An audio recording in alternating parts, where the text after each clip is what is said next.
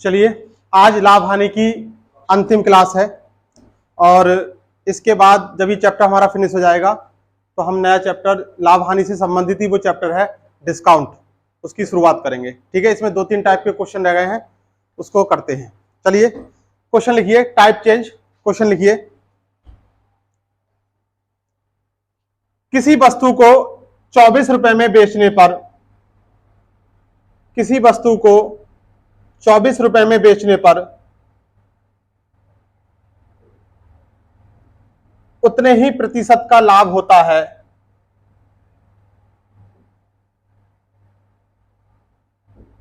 जितना वस्तु का क्रय मूल्य है। किसी वस्तु को 24 रुपए में बेचने पर उतने ही प्रतिशत का लाभ होता है जितना वस्तु का क्रय मूल्य है, तो वस्तु का क्रय मूल्य ज्ञात कीजिए। आइए पहले इसको देखिए। ठीक है, देखिए वस्तु का क्रय मूल्य, हमने क्रय मूल्य x मान लिया। ठीक है, 3 तरीके से कराएंगे, लास्ट वाला तरीका उड़ाने वाला रहेगा। पहले आप समझने की कोशिश कीजिए।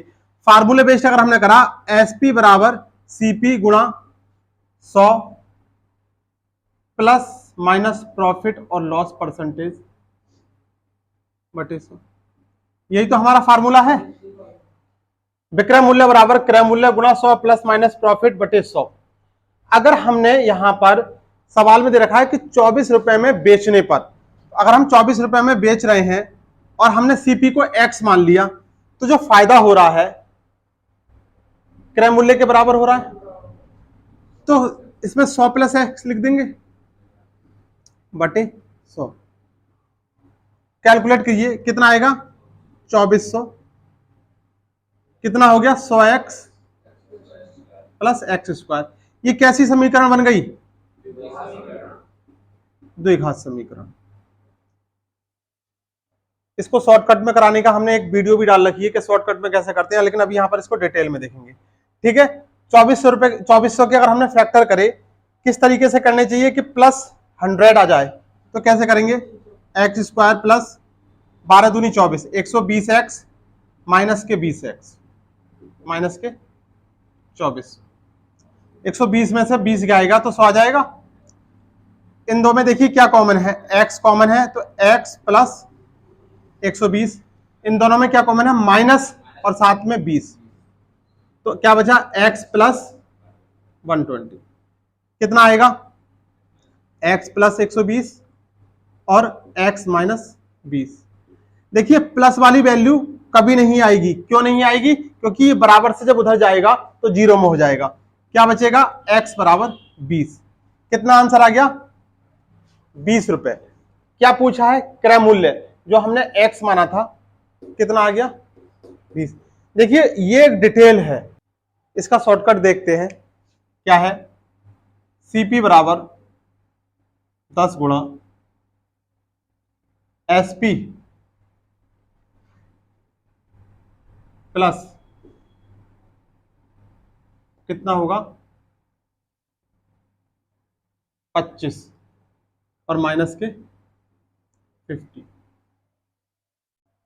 अभी समझाऊंगा इसके बारे में। हमने क्या लिखा है, CP बराबर 10 गुणा SP प्लस 25 माइनस के 50। अगर हम यहां पर SP की वैल्यू रखें, कितनी दे रखी है, 24 प्लस 25 और माइनस के 50, कितना आएगा, 49 माइनस के 50, 10 गुणा 7 माइनस के 50, कितना आ गया, 70 माइनस 50, 20 रुपए। यानी यहां से हम डायरेक्ट कर सकते हैं। अब याद क्या रखना है, ये वाला जो फार्मूला है, CP बराबर 10 गुणा रूट में विक्रय मूल्य प्लस 25 माइनस के 50। अगर लाभ का सवाल है तो यहां पे प्लस, और हानि का सवाल है तो यहां पे माइनस। हानि का कभी पूछा नहीं जाता, पूछा हमेशा लाभ का ही जाता है। हाँ, तो यहां पे चिन्ह चेंज हो जाएगा, बाकी सब कुछ सेम रहेगा। यानी कहने का मतलब यह है, ये हमारा डिटेल में था, ये हमारा शॉर्ट में था, लेकिन करना हमें ऐसे भी नहीं है। ये वाला क्वेश्चन, ये फार्मूला जो हमने बनाया है, ये फार्मूला है, यानी ये ट्रिक है लेकिन फार्मूला है। तो यहां पर अगर आपका चिन्ह में अगर थोड़ी सी भी मिस्टेक हुई तो आपके गलत होने की संभावना पूरी पूरी रहेगी। ठीक है, अब करेंगे क्या, इसको शॉर्ट ट्रिक से भी और आसान तरीके से करेंगे। ठीक है, अब यहां पे बात क्या कह रहा है कि क्रय मूल्य कितना हो, लाभ प्रतिशत के बराबर हो, यही तो कह रहा है। यानी क्रय मूल्य का मतलब यह है कि लाभ प्रतिशत के बराबर हो। तो आप देखिए आपके सामने जैसे 3-4 हम ऑप्शन ले लेते हैं इस क्वेश्चन के लिए,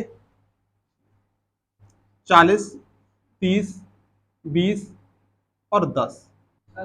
ये हमने 4 ऑप्शन ले लिए। अगर हमने इसका 140% निकाला कितना आएगा, 56 दिखाई दे रहा है 24 के बराबर।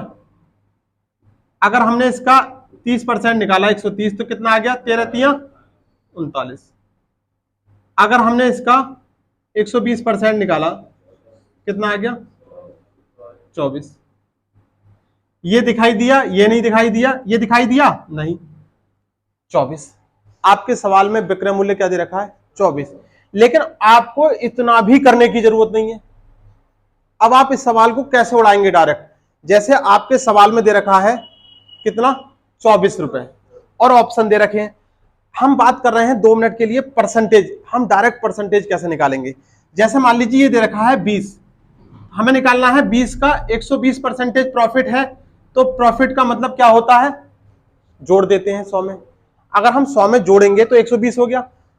ऐसे केस में हम ये मान के चलते हैं, यहां पे जो जो जीरो जो दे रखे हैं इनको हटा दो, डायरेक्ट इसकी मल्टीप्लाई से कर दो, 12 दूनी 24, काम खत्म। यानी आपको केवल क्रॉस चेक करना है, कैलकुलेशन करनी है। ऑप्शन 20 की गुणा किससे करनी है, 12 से, 12 दूनी 24। अगर 24 आ गया तो समझ लीजिए आपका उत्तर आ गया। समझ में आ रहा है, उतारिए।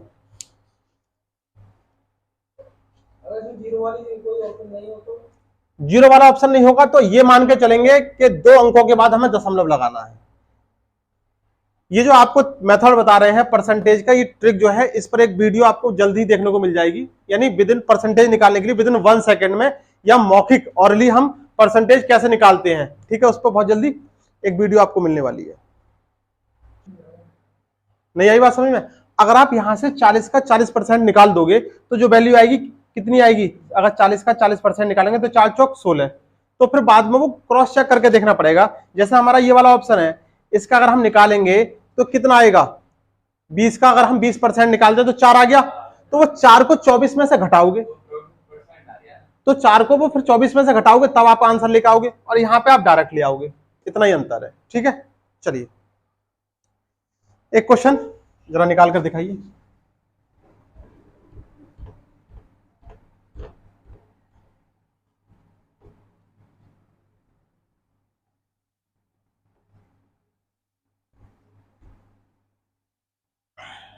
चलिए क्वेश्चन लिखिए। जब एक कुर्सी 144 रुपए में बेची जाती है, जब एक कुर्सी 144 रुपए में बेची जाती है,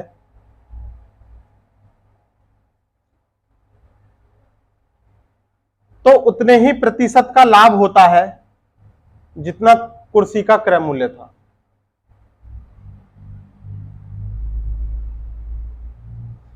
जब एक कुर्सी 144 रुपए में बेची जाती है तो उतने ही प्रतिशत का लाभ होता है जितना कुर्सी का क्रय मूल्य था। तो कुर्सी का क्रय मूल्य ज्ञात कीजिए। तो कुर्सी का क्रय मूल्य ज्ञात कीजिए। इसके ऑप्शन है 60, 70, 80 और 90। ठीक है, 80। अगर हम ऑप्शन की अगर हम बात करें तो इसकी मल्टीप्लाई हमें कितने से करनी है,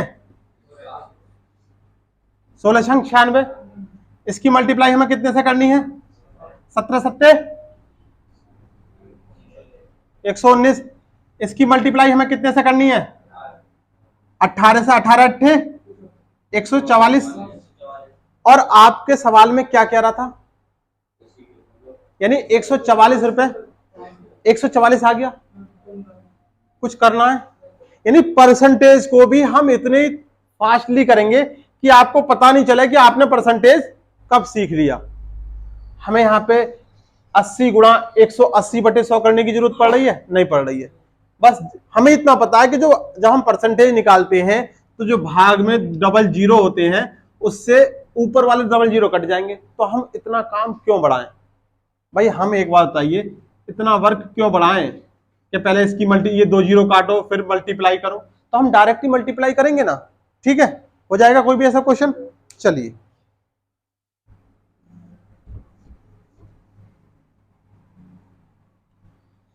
चलिए नेक्स्ट टाइप क्वेश्चन लिखिए।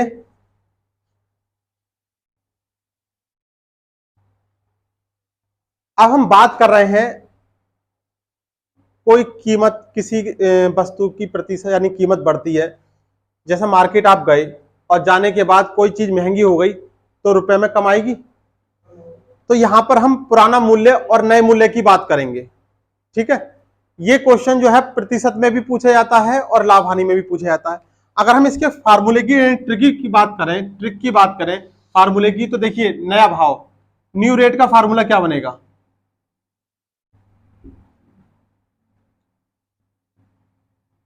प्राइस यानी कीमत गुणा प्रतिशत वृद्धि या कमी बटे मात्रा कम या ज्यादा जो भी दे रखी है और गुणा में 100। ये आपको याद रखना है। कब? जब न्यू रेट की बात करें। कीमत सवाल में दी होगी, कमी या वृद्धि सवाल में दी होगी, मात्रा सवाल में दी होगी, ये गुणा 100 आपको लगाना है। ठीक है, एक क्वेश्चन लिखिए।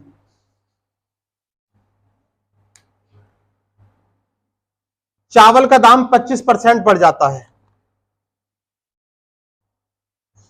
चावल का दाम 25% बढ़ जाता है, जिससे 400 रुपए में 10 किलोग्राम कम चावल मिलता है। जिससे 400 रुपए में जिससे 400 रुपए में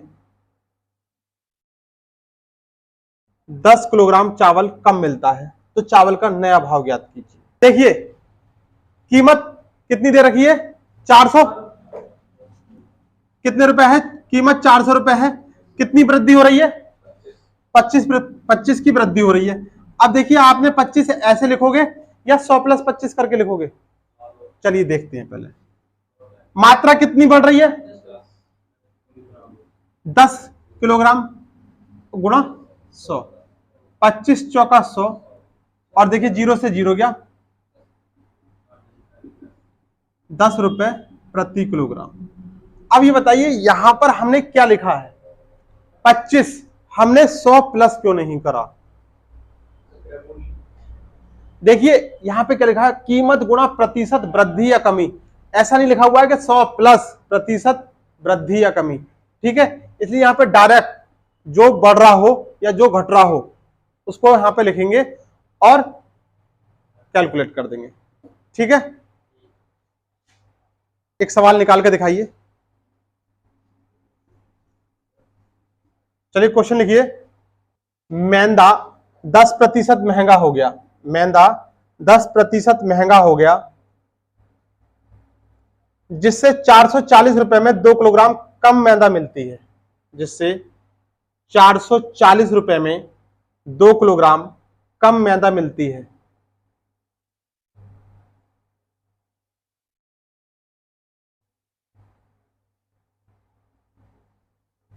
तो मैदा का पुराना भाव ज्ञात कीजिए।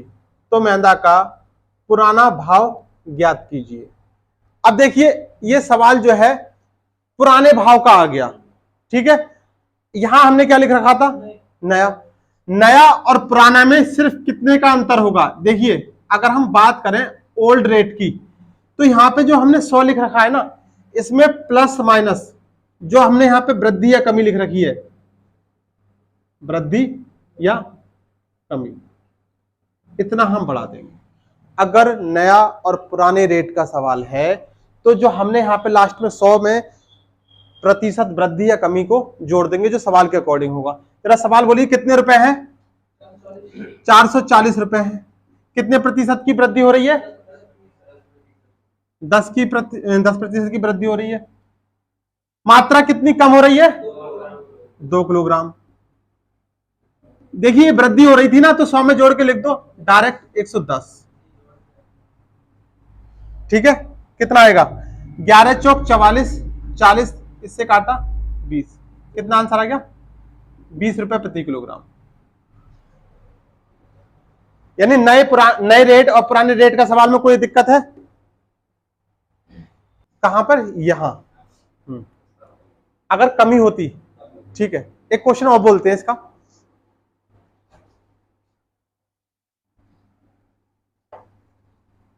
चलिए क्वेश्चन लिखिए।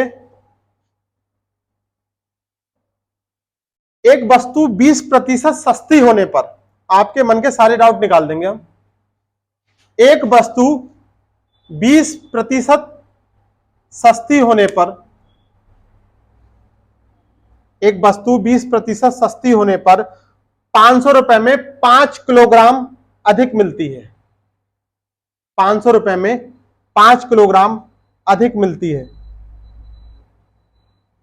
ज्ञात कीजिए कि वह वस्तु पहले किस दर से मिलती थी। ज्ञात कीजिए वह वस्तु पहले किस दर से मिलती थी।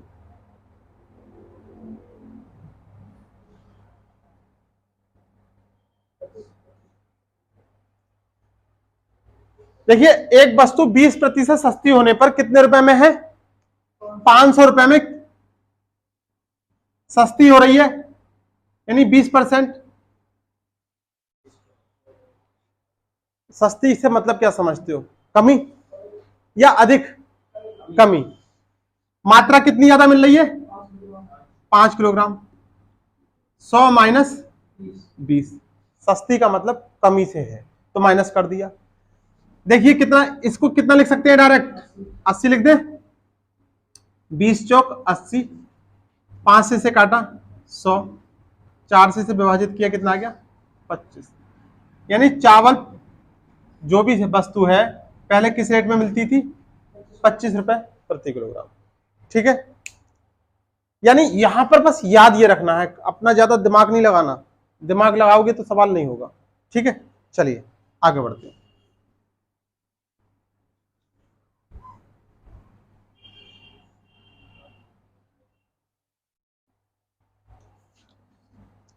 टाइप चेंज, नए टाइप। क्वेश्चन लिखिए। एक वस्तु को 600 रुपए में बेचने पर जो हानि होती है, एक वस्तु को 600 रुपए में बेचने पर जो हानि होती है,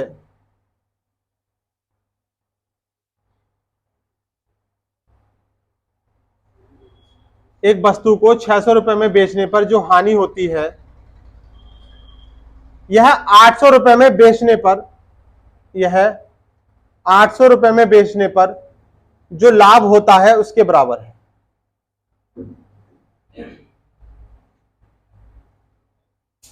यह 800 रुपए में बेचने पर जो लाभ होता है उसके बराबर है। तो वस्तु का क्रय मूल्य ज्ञात कीजिए।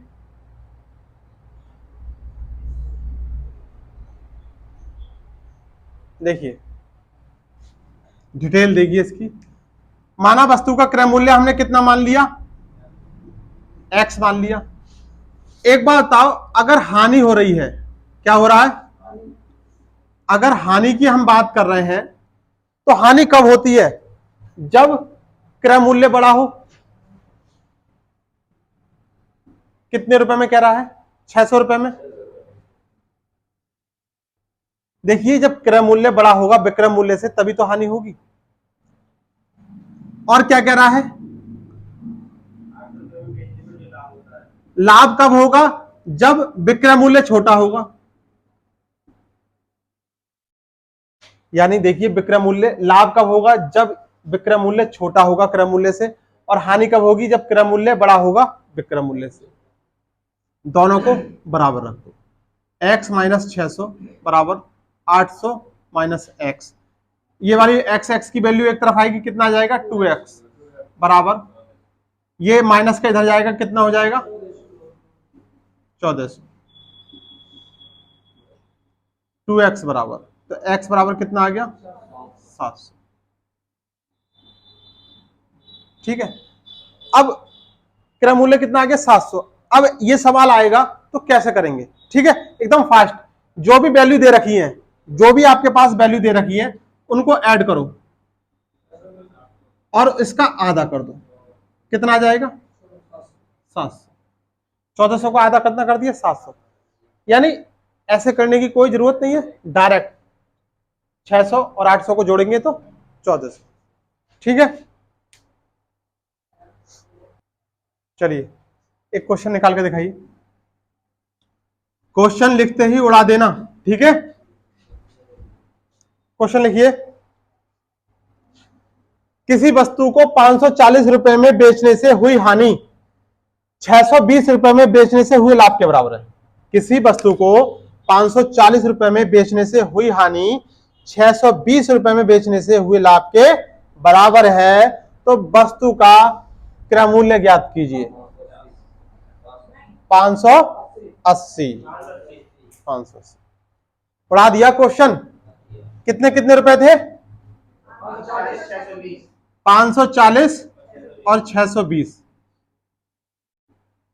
बटे दो, कितना आ गया ये 1160। आधा करा 580। ठीक है, कोई दिक्कत। अब सवाल को यहां पे कितने भी तरीके से रेट को बढ़ाए घटाए, तो ऐसे तरीका यही रखना है। ठीक है, क्वेश्चन और लिखिए। क्वेश्चन लिखिए, लैंग्वेज में लिखना। क्वेश्चन लिखिए, किसी वस्तु को 400 रुपए में बेचने से हुई हानि, किसी वस्तु को 400 रुपए में बेचने से हुई हानि 500 रुपए में बेचने से हुए लाभ से। किसी वस्तु को 400 रुपए में बेचने से हुई हानि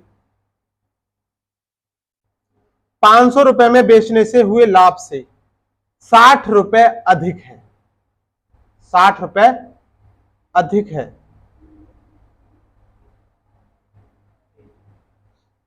तो वस्तु का क्रय मूल्य ज्ञात कीजिए। देखिए, किसी वस्तु को 400 रुपए में बेचने से हुई हानि, तो x माइनस 400 कर दिया। हानि के केस में सीपी बड़ा होता है, और लाभ के केस में तो हाँ, इस सीपी को घटाएंगे से कितने रुपए अधिक है 60 रुपए, तो इसमें 60 ऐड कर दिए। यहां 60 कह दे, 70 कह दे, 80 कह दे, कम कह दे, ज्यादा कह दे, उसी हिसाब से प्लस और माइनस कर लेंगे।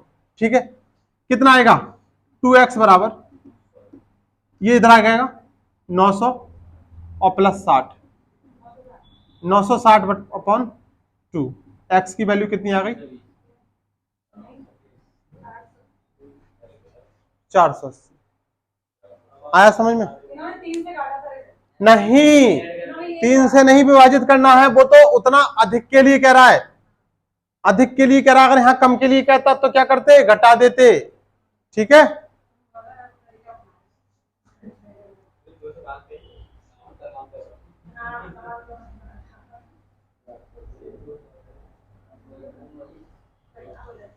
चलिए देखिए, लाभ हानि का हमारा पूरा चैप्टर अब जो है समाप्ति के अंतिम चरणों पे है, अंतिम सांस ले रहा है। बस इसमें एक दो क्वेश्चन और जो सीधे सीधे पूछ लिए गए हैं, उनका कोई टाइप नहीं है, उनको हम विविध भी मान सकते हैं या बस ऐसे ही मान सकते हैं कि ठीक है आ जाते हैं, तो उनको हम कर लेते हैं। क्वेश्चन लिखिए, किसी वस्तु का विक्रय मूल्य क्रय मूल्य का 8/5 गुना है, तो उस वस्तु पर लाभ प्रतिशत ज्ञात कीजिए। किसी वस्तु का विक्रय मूल्य क्रय मूल्य का 8/5 गुना है। किसी वस्तु का विक्रय मूल्य क्रय मूल्य का कितने गुना है 8/5, यानी 8/5 गुना है। आपसे पूछा क्या है, लाभ पूछा है। देखिए कितने का अंतर है, और लाभ निकालने के लिए हम नीचे हमेशा क्या रखते हैं, सीपी रखते हैं और गुणा 100। 5 दूनी 10, 20 दिया 60%। अब बताओ ये सवाल अगर एग्जाम में आ जाए तो आप छोड़ जाओ या गलत कर आओ, देखिए, अगर आपके दिमाग में कोई बात समझ में नहीं आए एग्जाम के टाइम में, अगर आपके दिमाग में कोई भी लाभ हानि से संबंधित बात समझ में नहीं आ रही है, तो क्रय मूल्य और विक्रय मूल्य को अनुपात में बदल लेना, आपका सवाल हो जाएगा। लेकिन कब? जब आपके पास आप बहुत सारे सवाल कर चुके हो, 90% पेपर हल कर चुके हो, तब की बात बता रहे हैं। ऐसा नहीं करना कि शुरू में ही करने बैठ जाओ कि नहीं इसको करके ही हम तब आगे बढ़ेंगे। ठीक है, इसको कर सकते हैं आप, लेकिन तब जब आप एग्जाम में सारा सवाल सारे पेपर हल कर चुका हो, यानी 90% आपने पेपर हल कर लिया हो, बस एक दो क्वेश्चन रह गए हो, करने के लिए कुछ नहीं हो, तब आप इस पर दिमाग लगाना। बहुत इजी टाइप है।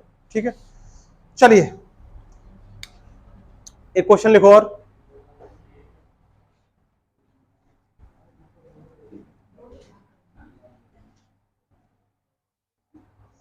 एक फ्रिज और टीवी के मूल्य का अनुपात 5:3 है।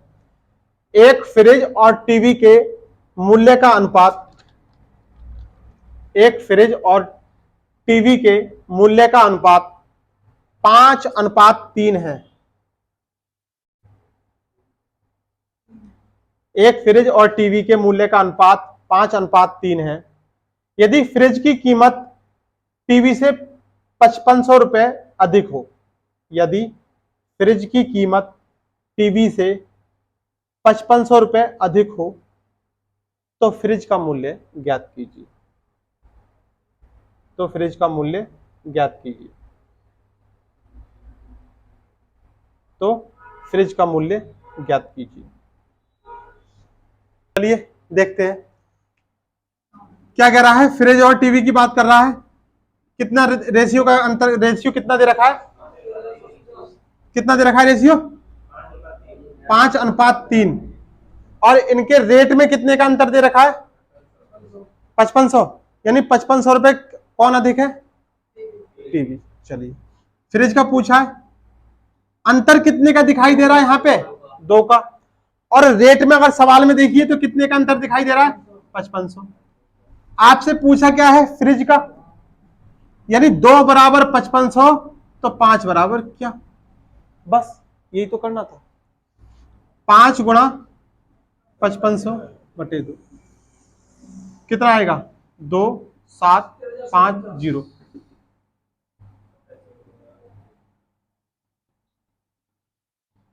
13,750 रुपए।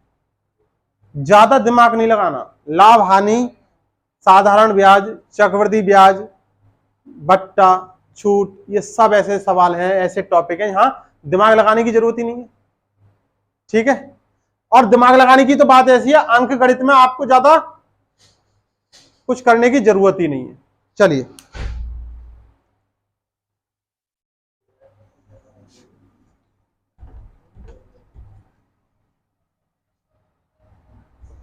एक क्वेश्चन लिखिए। एक व्यक्ति 500 रुपए में 10 किलोग्राम, एक व्यक्ति 500 रुपए में 10 किलोग्राम सेब खरीद कर लाता है। एक व्यक्ति 500 रुपए में 10 किलोग्राम सेब खरीद कर लाता है।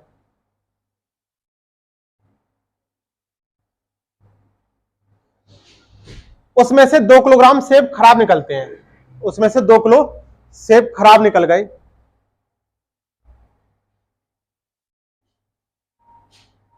इन सेबों से 20% का लाभ पाने के लिए, इन सेबों से 20% का लाभ पाने के लिए उसे कितने रुपए प्रति किलोग्राम में बेचना होगा? उसे कितने रुपए प्रति किलोग्राम में बेचना होगा? इन सेबों से 20% का लाभ पाने के लिए उसे कितने रुपए प्रति किलोग्राम के भाव से बेचना होगा? देखिए, कितने सेब खरीद के लाया है? 10 किलोग्राम सेब कितने रुपए में खरीद कर आया? 500 रुपए में। अब उसको बेचना है कितने % लाभ पर? 20% लाभ पर। 20% लाभ का मतलब 120 बटे 100, 600 रुपए। यानी 500 रुपए की वस्तु 600 रुपए में बेचनी है। ये क्लियर बात हो गई 20% का लाभ लेने के लिए। लेकिन आपसे ये नहीं पूछा, आपसे पूछा है कितने रुपए प्रति किलोग्राम के भाव से बेचेगा। अगर आप इसको 10 से भाग करते हो, क्योंकि आप कितना खरीद के लाए हो? 10 किलो सेब, तो आपका उत्तर कितना आएगा? 60 रुपए प्रति किलोग्राम। भाई अगर आप इसे 10 से इस कितने से 10 से भाग कर दोगे तो कितना आ गया? 60 रुपए प्रति किलोग्राम। लेकिन आपसे ये नहीं पूछा है, आपसे पूछा है, आपसे कह रहा है कि 2 किलो सेब खराब निकल गए, कितने से भाग कर देंगे? कितना आएगा? 8 सत्ते 56, कितना बचा? 4, 8 पंजे 40, 75 रुपए प्रति किलो। एक ऑप्शन आपको ये ध्यान रखना, ये भी मिलेगा जो कि बिल्कुल गलत है। लास्ट में 2 किलो 3 किलो 4 किलो जो भी खराब निकल रहे हो वो आप घटाने के बाद तभी भाग करेंगे। ठीक है, चलिए चलिए इसमें एक लास्ट क्वेश्चन और करते हैं, इसके बाद इस चैप्टर का समापन। क्वेश्चन लिखिए, राम ने एक वस्तु 2250 रुपए में खरीदी। राम ने एक वस्तु 2250 रुपए में खरीदी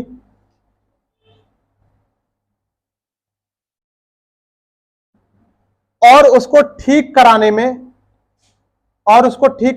150 रुपए और खर्च किए, और उसको ठीक कराने में 150 रुपए और खर्च किए।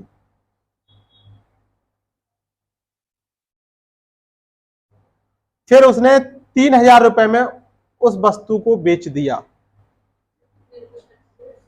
फिर उसने 150 रुपए और खर्च किए, फिर उसने 3000 रुपए में उस वस्तु को बेच दिया, तब उसे कुल कितने प्रतिशत का लाभ प्राप्त हुआ? तब उसे कुल कितने प्रतिशत का लाभ प्राप्त हुआ? ठीक है, देखिए यहां पर वस्तु एक बार तो हम खरीद कर लाए, एक बार वस्तु हम खरीद कर लाए 2250 रुपए में, लाने के बाद उसमें कमी निकली तो हमने उस कमी को सही कराने के लिए कितने रुपए और खर्च कर दिए? 150 रुपए। इस तरीके से टोटल सीपी हमारा कितना हो गया? सीपी का मतलब हम कुल कितने रुपए में हमारे पास वो वस्तु पड़ी, कितने रुपए में? 2400 रुपए में। इसके बाद हमने उसको बेच दिया कितने रुपए में? 3000 रुपए में। कितने रुपए का प्रॉफिट दिखाई दे रहा है? 600 रुपए का। प्रॉफिट परसेंटेज बराबर क्या होता है? प्रॉफिट बटे भाग किससे करते हैं? हमेशा क्रय मूल्य से करते हैं, और गुणा 100। 2 जीरो से 2 जीरो, 6 चौक 24, और 4 से भाग किया, कितना आ गया? 25%।